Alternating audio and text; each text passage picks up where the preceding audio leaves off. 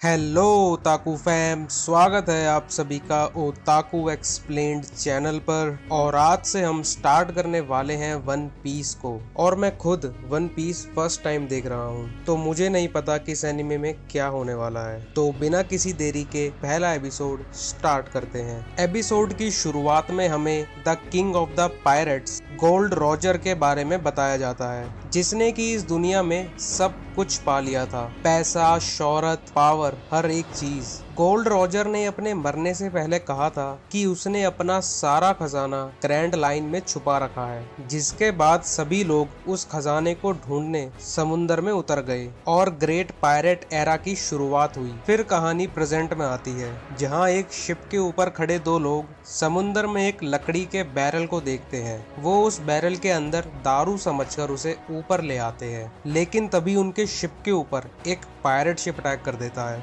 और शिप में मौजूद लोग डर के मारे भागने लगते हैं। लेकिन एक लड़की ये देखकर मुस्कुरा रही होती है। जिसके बाद हम पायरेट शिप की कैप्टन एल्विडा को देखते हैं, जो कि अपने कोर बॉय कोबी से पूछती है कि समुंदर में सबसे ज्यादा सुंदर कौन है, जिस पर कोबी डर के मारे कहता है कि आप एल्विडा मैम। जिसके बाद पायरेट्स पैसेंजर शिप के ऊपर जाने लगते हैं। वो लड़की देखती है कि सभी पायरेट्स दूसरी शिप में चले गए हैं और वो इसका फायदा उठाकर पायरेट्स की शिप में चली जाती है। लेकिन तभी एक पायरेट उसे देख लेता है, जिसको वो लड़की लात मारकर बेहोश कर देती है। और हम देखते हैं समुंदर से मिला बैरल शिप के हिलने की वजह से एक रूम के अंदर चला जाता है और उसी रूम में कोबी भी आ जाता है, जो कि बैरल में दारू समझकर उसे अपनी शिप में ले जाने लगता है। लेकिन तभी वहाँ 3 पायरेट्स आ जाते हैं, जो कि बैरल से दारू पीने की कहते हैं। एक पायरेट उसे तोड़कर खोलने ही वाला होता है कि तभी उस बैरल में से एक लड़का निकलता है,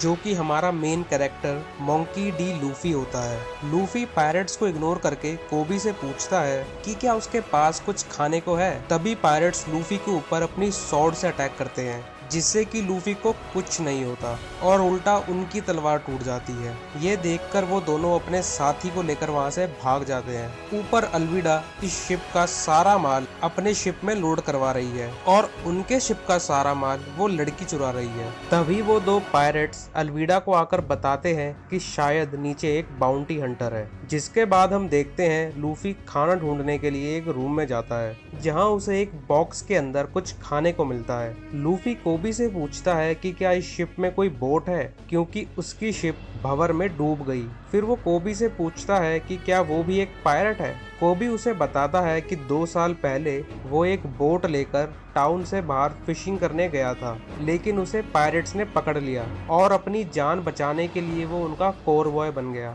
लूफी उसे कहता है कि तुम कितने बेवकूफ हो, तुम वहाँ से भाग क्यों नहीं जाते। जिस पर कोबी कहता है कि अगर एल्विडा ने उसे ढूंढ लिया तो वो उसे कहीं का नहीं छोड़ेगी। फिर लूफी उसे कहता है कि अच्छा, तो तुम कमजोर भी हो। कोबी उससे पूछता है कि वो समुद्र में क्यों आया है। लूफी कहता है कि वो किंग ऑफ द पायरेट्स बनेगा।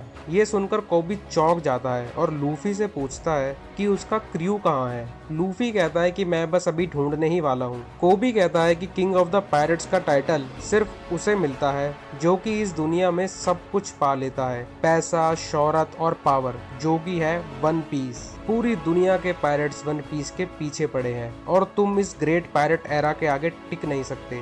जिसके बाद लूफी उसके ऊपर एक पंच मारकर कहता है कि बात ये नहीं है कि वो इसे कर सकता है या नहीं, बात ये है कि वो इसे करना चाहता है और उसने ठान लिया है कि वो किंग ऑफ द पायरेट्स बनकर रहेगा। और अगर वो ये करते करते मर भी गया तो इसका उसे कोई गम नहीं होगा। कोबी उससे पूछता है कि क्या वो भी नेवी ज्वाइन कर सकता है, क्योंकि बुरे लोगों को पकड़ना उसका बचपन से एक सपना है और वो कोर बॉय का काम छोड़कर एक दिन एल्विडा को जरूर पकड़ेगा। तभी उनके ऊपर से एल्विडा आ जाती है और लूफी के ऊपर तलवारों से हमला होता है। एल्विडा लूफी को देखकर बोलती है कि तुम जोरो द पायरेट हंटर की तरह नहीं लगते, और वो कोबी से पूछती है कि समुंदर में सबसे सुंदर कौन है। तभी लूफी पूछता है कि ये मोटी औरत कौन है, जो सुनकर एल्विडा गुस्सा हो जाती है और लूफी के ऊपर अटैक करती है। लूफी अपने साथ कोबी को लेकर ऊपर चला जाता है। ऊपर वो पायरेट्स की धुलाई करने लगता है। तभी उसके पीछे ढेर सारे पायरेट्स पड़ जाते हैं, जिनसे बचकर वो भागने लगता है और एक डंडे को पकड़ लेता है।